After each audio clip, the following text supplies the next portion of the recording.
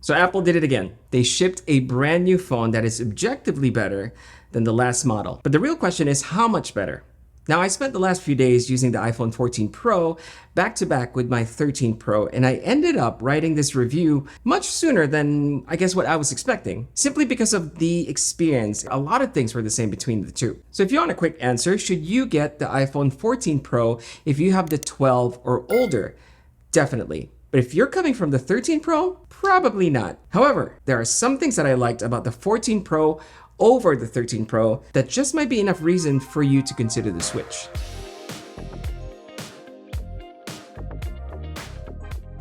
I think there are two types of people watching this video right now. People who currently own the iPhone 13 Pro and people who have the older models. And both are on the fence about upgrading to the 14 Pro.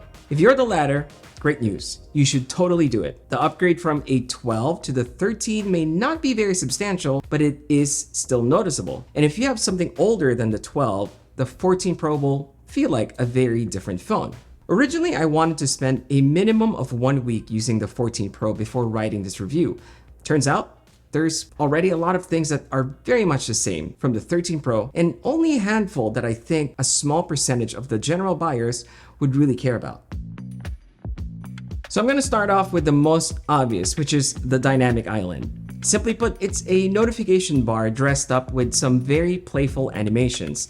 It lives right up where the notch used to be and is slightly smaller in footprint.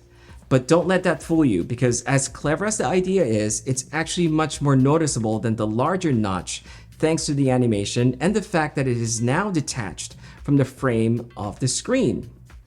Previously, I've come to accept that the notch is simply there and my eyes have already gotten used to it, which makes it virtually invisible to me. The dynamic island awkwardly floats in the middle, making it a tad bit more noticeable. But is it really that much more noticeable in everyday use?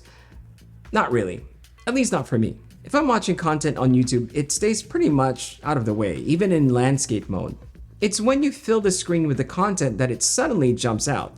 But honestly, I don't watch content this way. As far as actual practical usage is concerned, it's a new way to view statuses and notifications. And I like it. Long pressing on the island gives you a thumbnail preview of whatever app is running in the background and lets you control them. I also like how much more noticeable it is whenever my kids connect to my phone via hotspot. But since this is such a new thing, there aren't a lot of apps that support this in any meaningful way. But I'm excited to see what they come up with. After 2 days of use, I've already forgotten that the dynamic island is actually there, which might be the best compliment I could ever give it.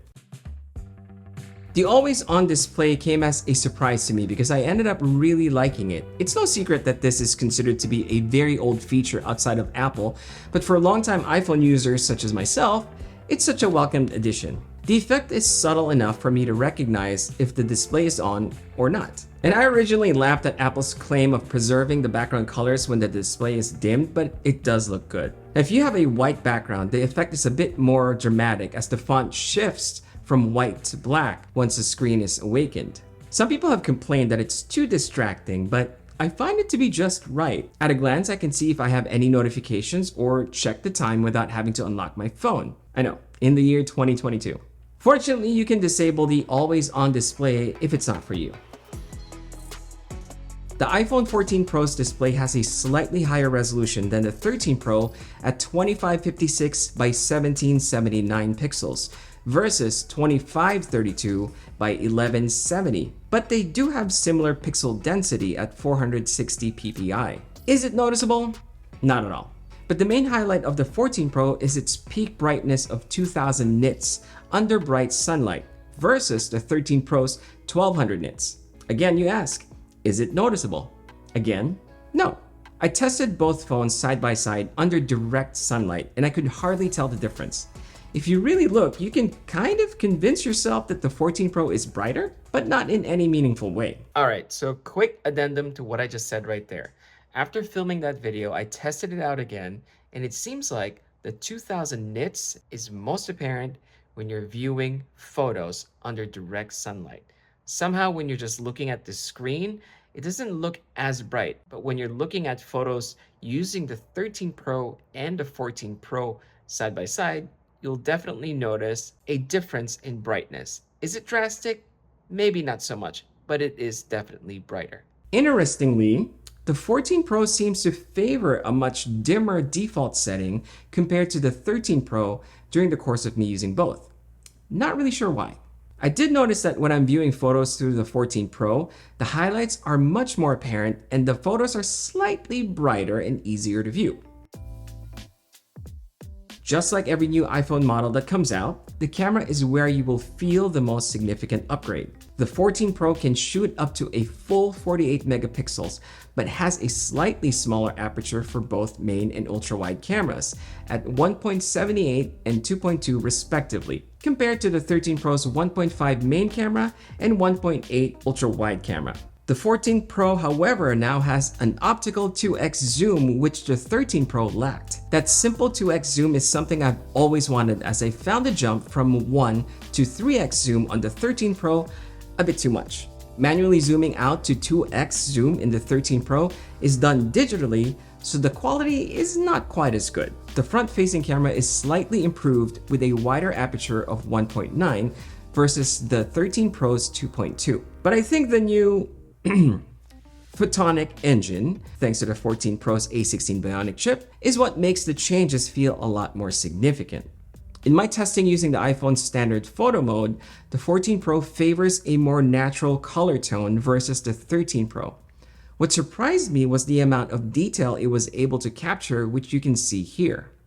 Shooting in Pro RAW utilizes all 48 megapixel capabilities of the iPhone 14 Pro, which is vastly superior than the 13 Pro's Pro RAW photos. The amount of data recovered from the RAW files is quite astonishing. Here's a zoomed in photo of my face, and you can very clearly see the difference in detail between the 13 Pro and the 14 Pro. The last time I was genuinely impressed by an iPhone's leap in photographic quality was, well, to be frank, never.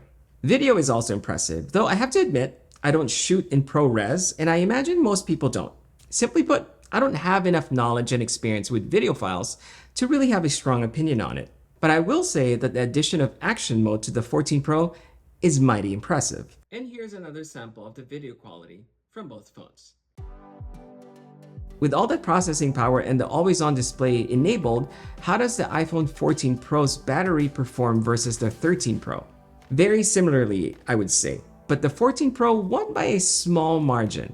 Now, I didn't do an exact controlled test of the battery performance because, well, I have children, which makes it impossible for me to do. But I did use both phones as I normally would, and I noticed that despite the always-on display enabled, my 14 Pro's battery had about 10% more left at the end of the day. The two features I unfortunately, or rather fortunately, cannot test are the satellite connectivity and the car crash detection features. And depending on whether you believe and trust in Apple's technology, well, those two are worth considering when making the switch.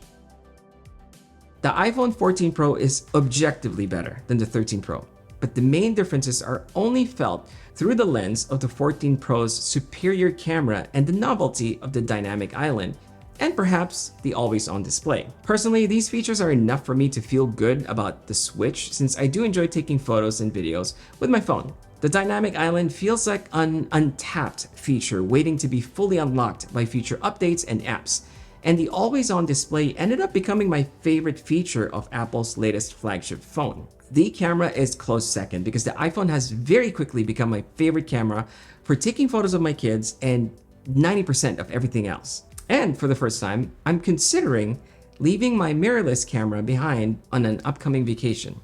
It's that good. Thanks for watching, and don't forget to do the thing, because that helps me keep the channel alive and helps me grow. Thanks for watching. See you guys again soon. You know that thing where you say, oh, this is going to be a quick project. It's going to be finished in like 2 hours. Well, it's day 3.